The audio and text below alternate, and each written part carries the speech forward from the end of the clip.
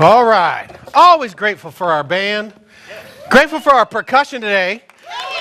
We got one back from hawking guitars in Japan and Indochina, all over. And we got another one back there on the drums who is kicking cancer in the butt. Kicking cancer in the butt. So thank you guys for all you do. Just dawned on me. I was like, look at our percussion back there. Traveling the world, beating cancer. Come on, man. How great is that? My name's Joel. I am the teaching pastor here at the Gathering. Joel Reynolds. That's at Joel underscore P underscore Reynolds. At Joel underscore P underscore Reynolds on Twitter, if you want to find me there. Joel Patrick Reynolds on Facebook. I don't have Instagram because there's no pictures in my life that are worth looking at. It's ... on Morse code if you want to find me there.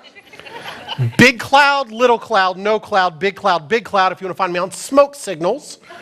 Or just send me an owl if you're studying at Hogwarts. All right, anyway you need to find me, that's where I'll be. When I was 15, just a spry sophomore in high school, I fell in love with the captivating Marcia Finster. Marcia, you're probably watching online. You're Jewish, but you're probably still watching online today. You were at temple yesterday, so obviously you're watching online here today. Captivating. The kicker was, Marcia Finster did not find me captivating.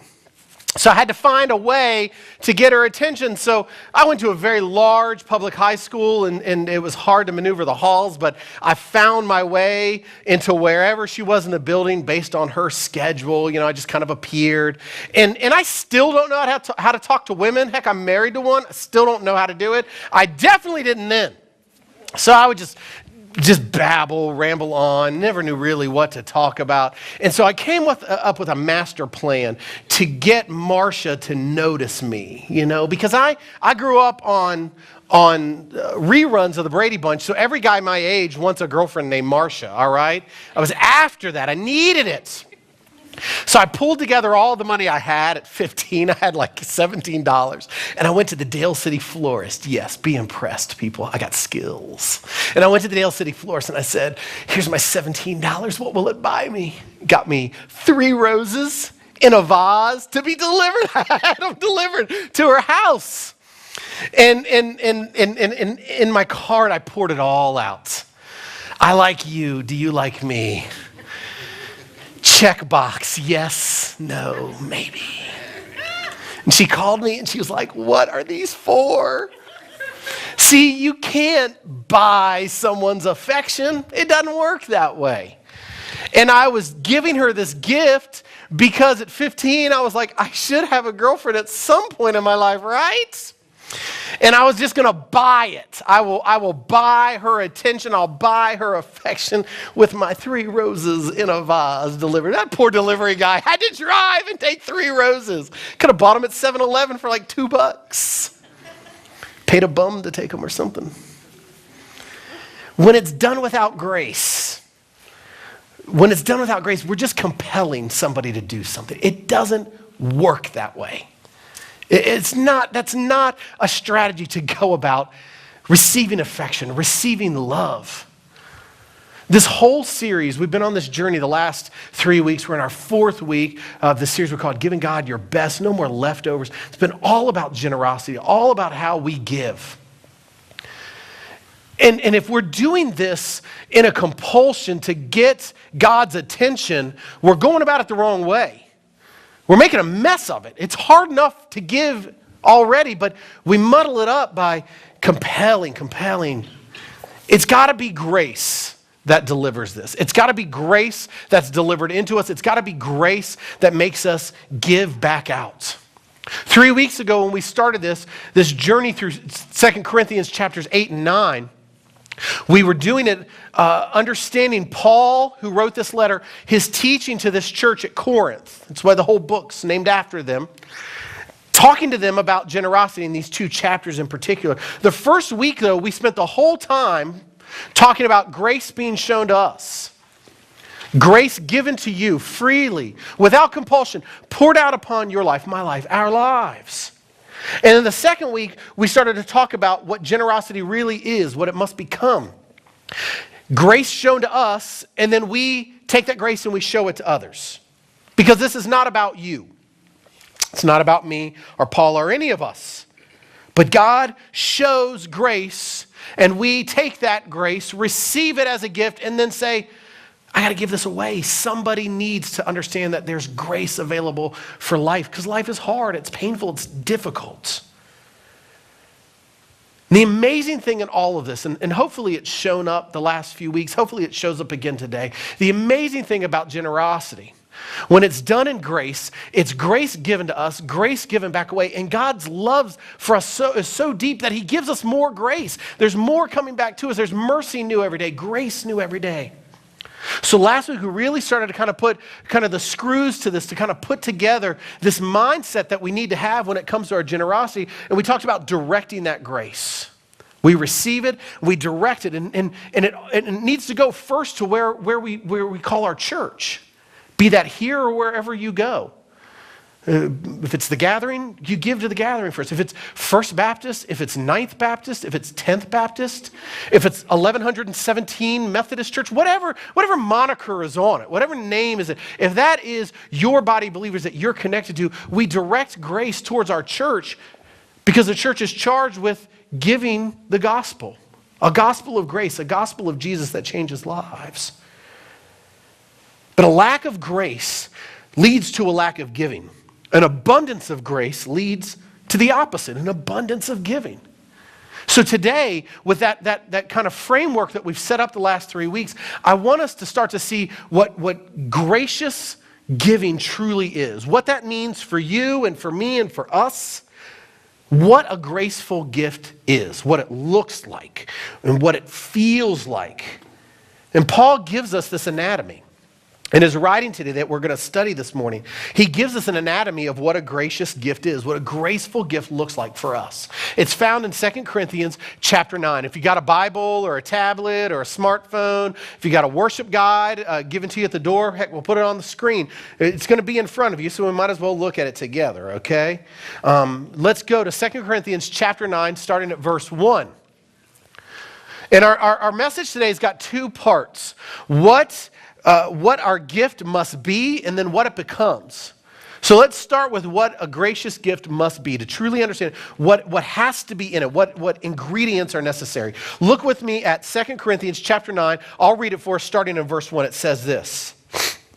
Now it is superfluous for me to write to you about the ministry for the saints. For I know your readiness, of which I boast about you to the people of Macedonia, saying that Achaia has been ready since last year. And your zeal has stirred up most of them. But I'm sending the brothers so that our boasting about you may not prove empty in this matter, so that you may be ready, as I said you would be. Remember, our text, this what we've been studying, was written to a particular people at a particular time for particular needs. But yet it applies to us today because God loves us so much. But Paul, on all of chapter 8, had been setting up this idea of grace changing us so profoundly that we give, particularly this church at Corinth. But it bleeds down to us today, right here at the gathering today. And Paul says here at the beginning of chapter 9, he's starting a whole new focus here. Generosity, but how is it really applied? What does it look like? And he says, you're ready. Church of Corinth, you are ready. But I also believe as the pastor here, Church of the Gathering, you're ready. We don't need to keep going on about this. He says it would be superfluous. How great is that word? Use that today, whether you understand what it means or not. When your lunch is delivered here in about 40 minutes, by your server, be like, what a superfluous lunch. And they're going to look at you and be like, I don't think you really understand what that means, but enjoy because I need your tip. But he says it's superfluous. I don't need to go on about this anymore. I don't need to continue to lay this groundwork. Grace has done its job, is what Paul is saying. Grace has done its job, is what I'm trying to say to us. It's doing it here. It's doing it right in our midst. I feel it every week as I teach and as I spend time with you and get to know you. The work has been laid. The grace has been given. And now we have to turn our hearts, we have to turn our gifts so it becomes a zealous gift. You see what he said? He said in verse 2, your zeal has stirred up. Your zeal. The word zeal means a great energy or an enthusiasm in a pursuit or a cause of something of importance. The pursuit of an objective. Our objective here is to see people connect to God and connect to one another. And there's a lot of us that are zealous about that. And what Paul is saying here is like, if that's your mission, your gift helps that mission become a reality. We gather to do this. We've been impacted by grace, and we want that grace to keep flowing, to keep pouring out. And this zeal, Paul says, is flowing into others. There's people that are getting stirred up by the fact that you're stirred up. And so he said, I don't have to talk about it anymore. The zealousness is there. There is an energy, an enthusiasm right here amongst us in giving our gift so the mission can carry on. But there's a warning in the midst of this, he says. Paul says in verse 3, he says, but I'm sending brothers so that our boasting about you does not prove to be empty in this matter. The original text, the 2 Corinthians was not written in English. It was written in Greek. That was the language of the world at that time. And so everything was written in Greek. And so when this was penned in Greek, the word empty there is the Greek word kino, which is a warning. It is about a danger of receiving something and not giving it away. So Paul's saying here is that I don't want your zealousness to prove itself to be empty. Because we receive something great, send it on. Keep it going. Let it pour out and flow into other people. And he's worried here that our giving is going to be zealous. We're going to be excited and enthusiastic about it, so much that we don't need to talk about it much more. I'm going to shut up about this next week. Isn't that great? Woo! Be superfluous for me to do it in December. And so, with that enthusiasm comes this warning. Let's not let it be empty, people. Let's not let it be empty, church. We have a great opportunity to extend grace. So Paul says, here's your warning. Don't let this just be an empty promise. Don't let it be a 1 week thing, a 1 month thing. Let's not let this be empty. And the antidote for that, the cure for that is zealous generosity. Passionate generosity, pouring out of us as we sing, as we pray, as we serve, as we connect, and as we give, as we show that. That's our antidote here, zealous generosity, because a gift given zealously creates a willing heart. That passion has to start working in us so we can be willing to give, willing to write that out. See, zealous intentions prepare our gift to be given with willing hearts. This will change everything for you. Everything for me, everything for what our church is. We have to start with a zealous gift. This giving has to be zealous. Because if it's zealous, it can become a willing gift too. This is what it has to be. Let's keep going. Let's look at verses 4 and 5. It says, otherwise, if some Macedonians come to me and find that you are not ready, we would be humiliated, to say nothing of you, for being so confident. So I thought it necessary to urge the brothers to go on ahead of you and arrange in advance for the gift that you have promised, so that it may be ready as a willing gift, not an exaction. So Paul shows something here. If we're going to have a zealous gift, and it's not going to be an empty gift, it's going to become something that's willingly given. And he says, look at what's on the line here. Look at what's at stake. Did you guys notice? He said, if your gift proves not to be willing, it's going to be a humiliation to the ministry.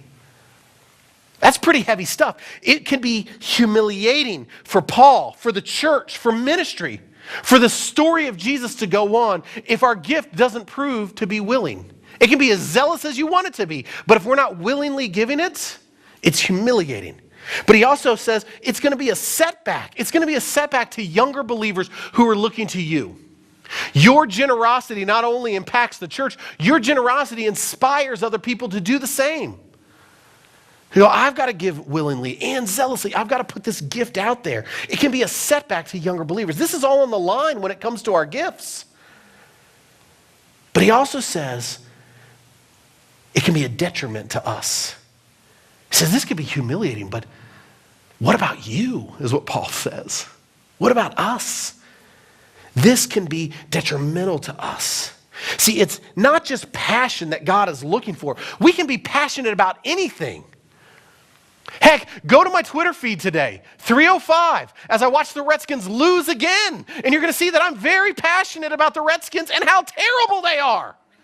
Come to lunch with me and you will see that I am passionate about food. Join me at Starbucks any morning this week and you'll see that I am passionate about coffee, and I'm passionate about people who aren't passionate about coffee but take up all the good tables in the corners. It's not passion that God's looking for here. He is looking for us to participate in something bigger than ourselves, larger than us. Larger than just me making it through the day or you making it through the day, but being a part of something, sending grace out.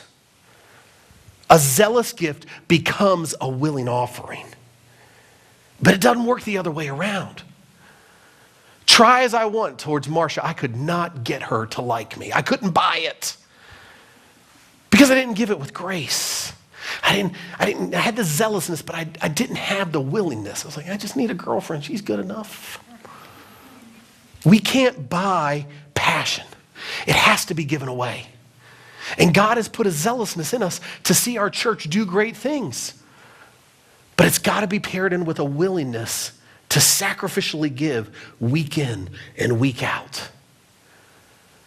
Paul's so worried about this that he sends the brothers on ahead. We met the brothers last week. He sends them on ahead to set up the gift. Basically, he's like, hey, they're going to go and say your gift's coming, so a gift better show up. Don't let them down. Give something. I need to start doing that. I'm like, let's not even talk about today's offering. Let's talk about next week's offering. It's going to be $1 billion. $1 billion. So you guys better show up next week and give. That's how Paul did it. Joe worked for Joel. Last January, on a Wednesday, just random Wednesday, I get a call from a crazy woman who says, yay, God, all the time. She introduces herself as Paula Foster from the gathering, and my name was given to her by a friend, and would I ever be interested in coming to preach on a Sunday morning? I said, yeah, that would be great. I love getting to do that. I'm not doing anything consistently. So she goes, okay, how about this Sunday? It was Wednesday. I said, yeah, that can work. I had to pull the phone away from my ear because the yay God was about to burst my eardrum. And when we kind of settled in on details and stuff, she began to brag on you. You're going to love these people. You're going to love talking with them. You're going to love communicating with them. She said, they are loving and generous and great. And we have hung in there through a difficult season. You're going to love them. And she was right. Her boasting in you showed that. And the next time I came back and we kind of set up and she's like, oh, you're going to love coming back. They're going to love having, these people are going to love on you. And she was right. I've been here, 9 months now? She's still bragging on you to me about you. I'm like, Paula, I get it. I'm there every week. She's like, no, but you don't get it. They're amazing. Friends, let's not let Paula down and how she speaks about you and how she believes in you and believes that our very best days are ahead of us. And that will happen through our generosity, through our giving. Her boasting in you has shown again and again and again. Let's keep that going. But even greater, let's not let God down in how he boasts about this church because he's drawing hearts to be here with us. He's bringing new lives here week in and week out. Because Paul is showing here for this church and he's saying for our church, there's going to be more gifts. Let me let you in on something. We're going to take an offering next Sunday. There's a 99% chance we're going to do it the Sunday after that. Heck, I'm just going to put all my cards on the table. We're probably going to do it every single week. Not because we desperately want your money, but we want to give you the opportunity to give back. This is not about us operating. It's not about us getting through another Sunday, another week, another month. It is about each of us taking the grace given to us, turning it back over so others can be impacted by it. Because more gifts are going to come. A collection was being taken here, but more collections were going to come. And Paul's saying, I don't want you to fall short. I don't want this to be empty. Be ready, be zealous, be willing to give. This is a good thing. It's a good thing every time we pass those red buckets. It's a good thing. It's a great thing. It's a cheerful thing. Because a gift giving willingly creates a cheerful spirit. And a willing gift that becomes a cheerful gift is a blessing to you and to the people who receive. Grace given away, it starts to transform into this miraculous gift. There's a miracle that happens here every single Sunday, and it's not my pants. They're awesome, but that's not the miracle here. The miracle is every week, your generous, sacrificial, gracious gift transforms itself in a blessing going to this church, going outside of these walls. That's the miracle that happens every week. That's why we pass the buckets. Not for paychecks, not to buy donuts, but to see a miracle happen in your life as you give generously. It creates ready spirits, zealous spirits, willing spirits, cheerful spirits. And see what happens, that's what it's got to be. Our gift has to be zealous, it has to be willing. And when that happens, when you start to give like that, when I'm giving like that, the transformation that takes place as our gift becomes something. The first thing it becomes is this, it becomes a cheerful gift. Look at verses 6 and 7 with me. It says, the point is this, whoever sows sparingly will also reap sparingly, and whoever sows bountifully will also reap bountifully. Each one must give as he has decided in his heart, not reluctantly or under compulsion, for God loves a cheerful giver. See, the question for us today is, what are we planting at the gathering? What are we planting here? Paul goes to what people would understand there, an agricultural sentiment. Now, I'm not a farmer, but I get the planting, the sowing, the reaping, what all that is. Because there's a warning here for us. Are we planting something for you? Are we planting what you want to receive every week? Are we planting something for someone else so that maybe they'll show up and enjoy it so much that they'll mention us on Facebook? Because those things are fine, but they're going to fall short. Every single time, they will fall short. We're wasting our time if we're just simply doing something for you or maybe for a faceless stranger who may wander in here. All of this is for Jesus. All of this is about Jesus. All of this is through Jesus. All of this is in Jesus. If you walk away from here today and you don't remember my name, but you heard about Jesus, I've done my job.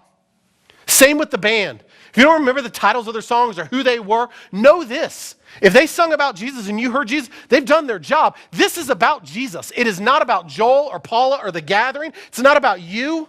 It's not about others. It's about Jesus being lifted high, much being made about him because he is the giver of grace. People need Jesus. They must have Jesus. We must talk about Jesus as much as we possibly can because without him we got nothing. But here's the amazing thing. When Jesus is made much about, we were talking about him, focused on him, worshiping him, giving towards him, learning about him, experiencing him. Here's the amazing thing that happens. We create an environment that's for you. And we create a place where others can come and hear because you need Jesus and they need Jesus. So we're going to make much of Jesus.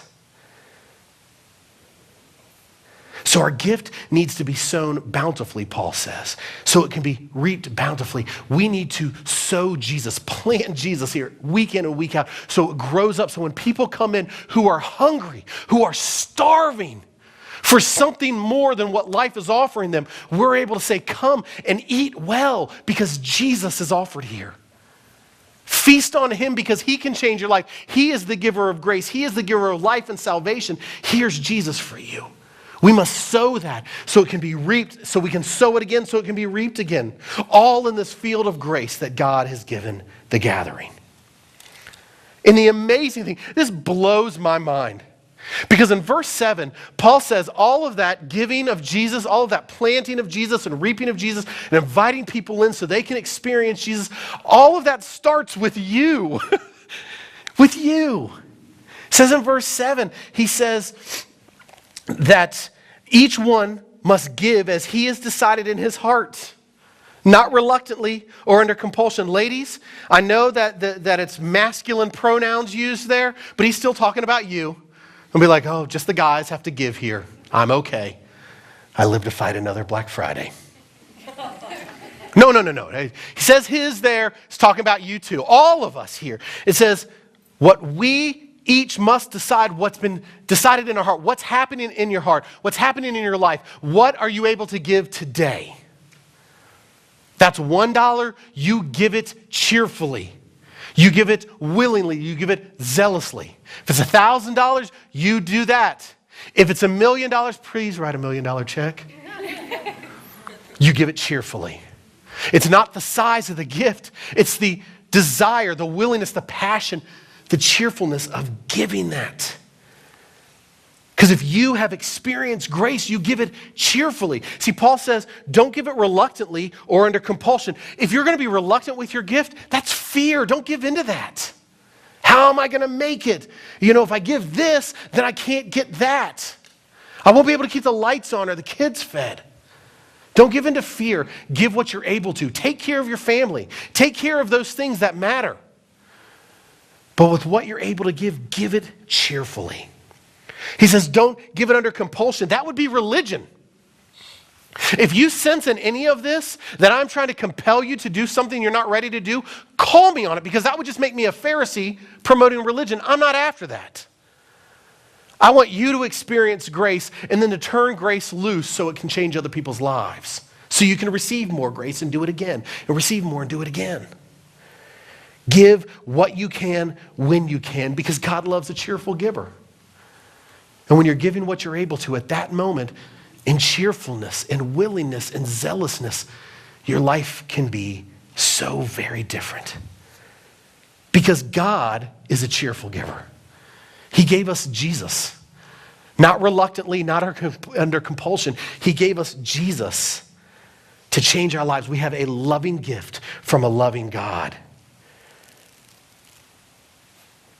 And it's to keep you moving forward. Keep you changing, to keep you growing. Because a gift given cheerfully creates a loving giver.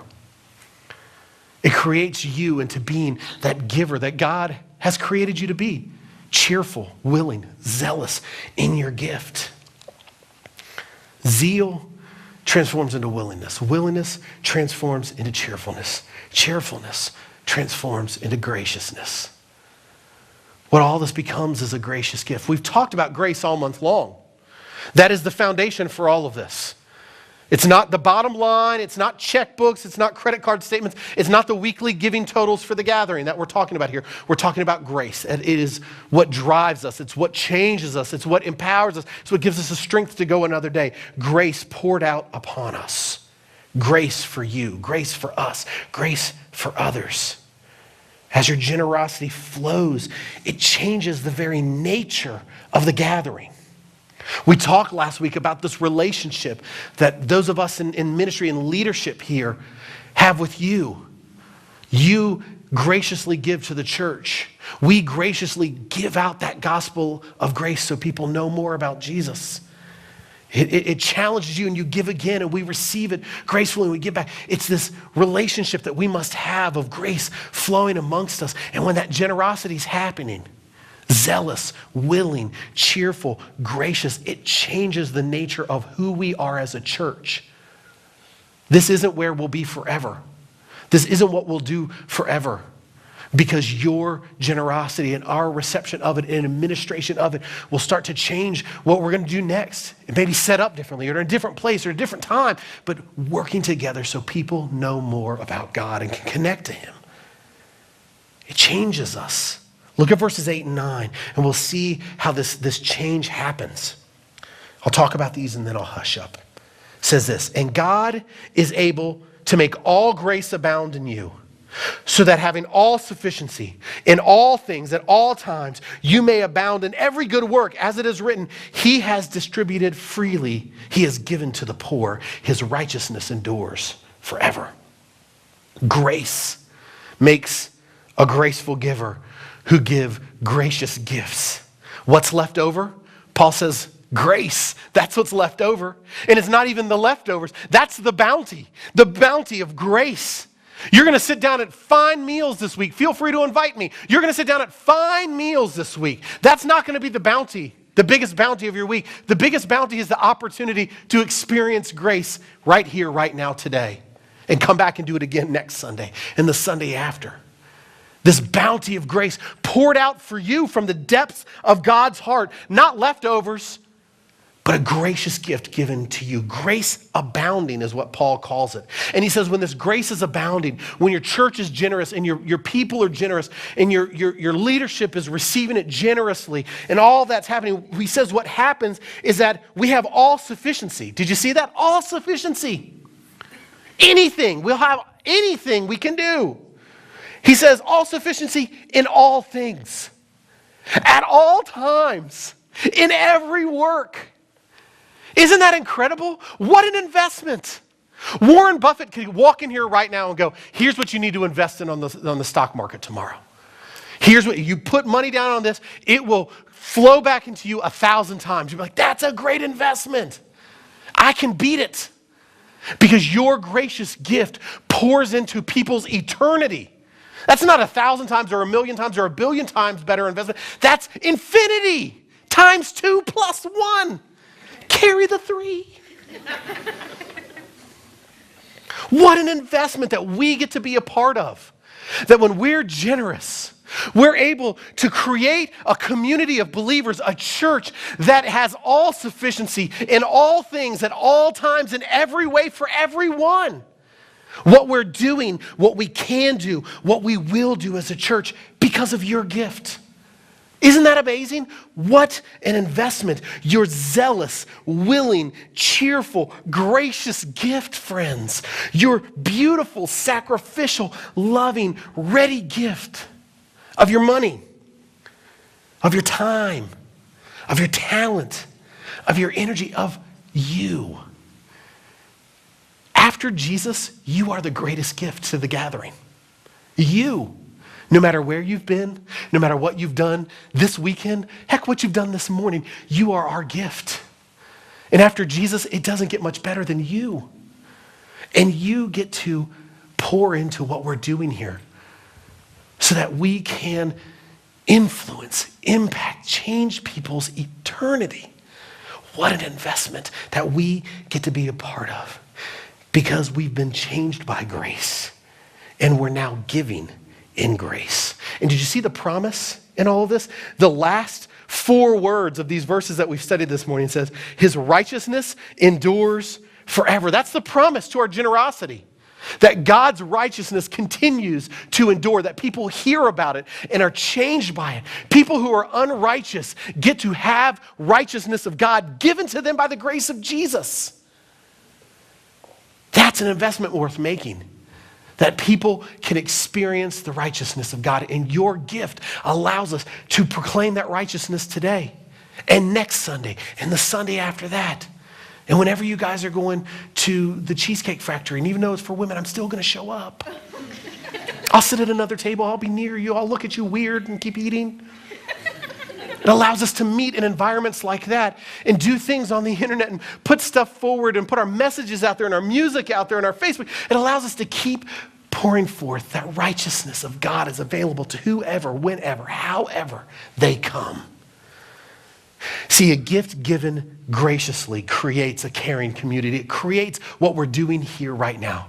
When we say we are here to connect you to God and connect you to one another, that's possible because of gracious giving. It helps us create something here that people see. I'm accepted and loved, and my life is accepted and loved, and it can be changed to be a giver of grace, a receiver of grace, and a giver of grace, and a receiver of grace for them and for you. That's a good investment, friends. So let's give graciously. Will you pray with me? Father, I thank you.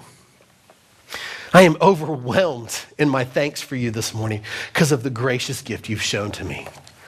I don't deserve it, but oh God, I'm in such need of it. Now, tomorrow, Tuesday, every day. And so many of us here are the same, Father, in need of grace. And in your deep love for us, you poured it out upon us, undeserving as we are. You give it to us anyway. But your love for us is so great that it doesn't just stop there, God. It carries on so that we aren't just receivers of grace, we're givers of grace. Thank you for that opportunity for us individually and corporately as a church. Grow our giving, God. Be it treasure, time, talent. Be it just willing to show up here every week. Pray, sing, learn, meet other folks. God, you have blessed this church so much. But the thing that blows me away, God, is you're not done with us. Not even close. Because we get to carry forth this great message, the righteousness of Jesus offered to all who are in need. And so, Father, give us the strength, give us the passion, give us the gifts to lift up that banner and wave it to all of Franklin, to all of this county, to all of the state, to all of this world, wherever you put us, that Jesus saves. Thank you for him and the opportunity to share him with the whole world. For your name now and forevermore. Amen. And amen. I'm so thankful that you guys were here this morning. And I shouldn't drop thankful on Thanksgiving week. It's so cliche. Just psyched that you were here today. It's awesome that you guys were here. Thanks for joining, be it here or online. We're so overwhelmed every week that you would trust us with this part of your week, a very important part of your week, and to talk about tithing. So I'm sorry, but I'm grateful anyway that you're here. And here's my gift to you, my Thanksgiving gift to you. Next week is our last time talking about giving. Woo! I've never been more excited to write a sermon than I am this week to wrap this puppy up. And we're actually going to wrap the series up by coming back, surprise, surprise, to grace. The grace that God has shown to you and to me. And we're going to talk about Jesus, the giver of grace. Surprise, surprise. But I promise it's going to be a blessing to you as we understand more how he can change everything in your life. That grace changes everything. So come and be a part of that. Next Sunday, you're going to be fat and happy after a weekend of mild to moderate to serious gluttony. So come in here, get your nap in, and go through this series of giving God your best one more Sunday with us. To prepare for that, I want you to go one more time through 2 Corinthians 8 and 9. And this will be the last time I ask you guys to read 2 Corinthians for a long time. I've been in for 2 months. We're not going back for a while. People like at least 4 months will stay out of 2 Corinthians, okay? And also read Psalm 112. Paul quotes it in the verses that we read today. So read that as well. It'd be good. You'll have some extra time maybe this week to kind of work on that. So there's your homework for this week. Your other homework is this. I know I'm giving you 3 assignments, okay? Your other homework is this. Have an unbelievable Thanksgiving. Enjoy the holiday. And know this. Whether you go shopping on Thanksgiving or you fight against it, you're welcome here at the gathering, okay? You are loved and appreciated whether you shop or whether you don't. It's all right. But if you do go shopping, I wear an extra large in shirts and a double X in jackets because I like to wear sweaters very often and I'm a little bulky. Just saying. Gift cards work fine too, okay? Gift cards work fine too. It's not a joke, all right? I'm not joking about it. Have a wonderful holiday. Love on your family. And when they're in visiting with you and your friends, bring them back here next week so they can hear about the grace of Jesus because it changes everything. You guys got it? All right, good. Get out of here. Have a great day.